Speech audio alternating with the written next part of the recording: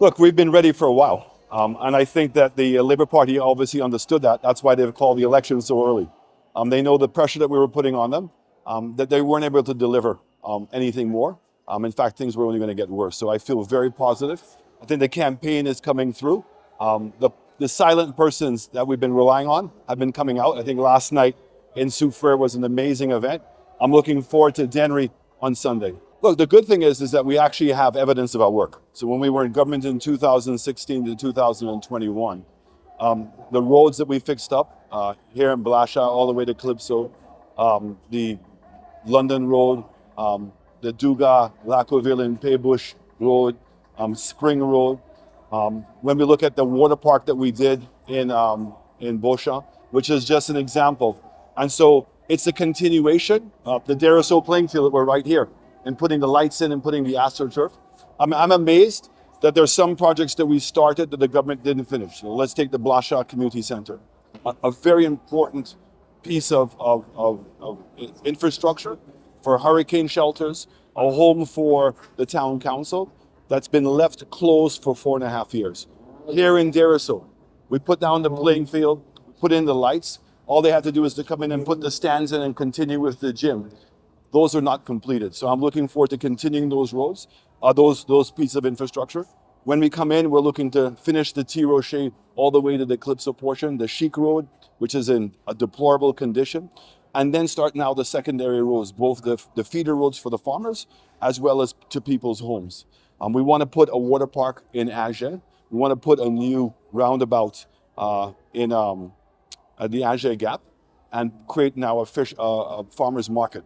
So a lot of the persons, the farmers, and also the ladies who produce coconut oil and other byproducts, that they could be selling them right there. So you have a roundabout, it's easy for people to get in and off of the highway. And I think very importantly, the jobs.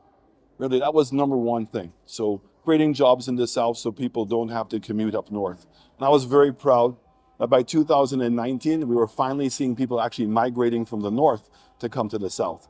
So getting the airport project going, getting St. Jude Hospital completed, bringing the cruise ship terminal to the South, putting more development in the South so there's more jobs for the producers. I can say to you, under our administration, you would never, ever find the circumstance in which we would allow the majority of workers working on our hospital, taxpayers' money, a hotel, which was CIP, which is our money, to allow foreigners to be getting all the jobs. I think it was shameful and disrespectful, not only to the people of my community, but the people in the South, when the government, after 4 years of employing outsiders to work at the St. Jude's Hospital, at the last minute for the opening ceremony, would come out to the young people and offer them a job to come in and sweep the floor and cut the grass. This is the height of disrespect. This is not what economic development is. This is what a government does when they believe that they have the right to be the only government. Labour Party has blurred the lines. Where does Labour Party begin and end versus government? And where does government begin and end versus the Labour Party? For the Labour Party, I can say to you categorically for everybody, it's one and the same. We see the opening ceremonies that have been politicized, paid for by taxpayers' money, and persons dressed in red garb. The whole thing is almost like if it's just about the Labour Party and government. And they've been using state resources to weaponize against us. And I think the last thing really is the destruction of political material. It's not an attack on Alan Chastanet. It's not an attack on any of the other candidates.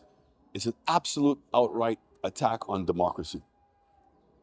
You're going to silence any opposition to you, and you think that you have that right. You have the audacity to believe that you can get away with that. And I think that the people of St. Lucia have another thing coming for the Labour Party. Enough is enough, and they're ready for some change.